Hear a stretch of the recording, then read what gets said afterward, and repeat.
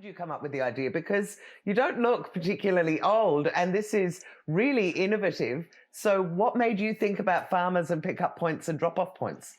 I was working in an American startup after I graduated from IIT Delhi. Okay. When I was working there, since in startups you end up working in everything, like you end up working doing Yes. everything. It's not pretty much defined that Hmm. you'll be just working this, this work. You only have this work. You No, have a lot of that's work. right. So You have to do marketing, you have to definitely do finance, you everything, have to do everything. everything. Yeah. So when I was working there, so I was even interacting with the. It was a logistics startup, so it was like we were working, we were Ah, closely talking to the truck drivers. We were going to different truck owners, and then so when I was working there, my mind flashback into my childhood, where I used to see my grandfather facing difficulties to sell his produce in the market, like sometime arranging the logistics, sometime getting the buyers, and sometime going to the market and getting the payments and all those things. So I yeah. decided to quit that startup, and it was very quick. So I basically left the startup in just 1 month, and then started researching more on this problem.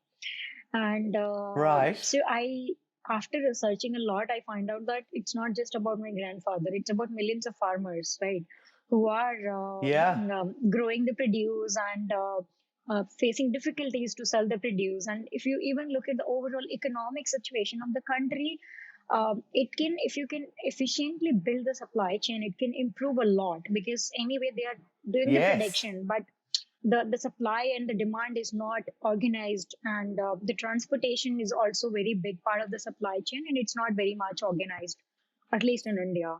So I did more research, and then I went deeper down, and then find out that already startups which are working in the similar segment, but in different ways, right? And the segment is huge.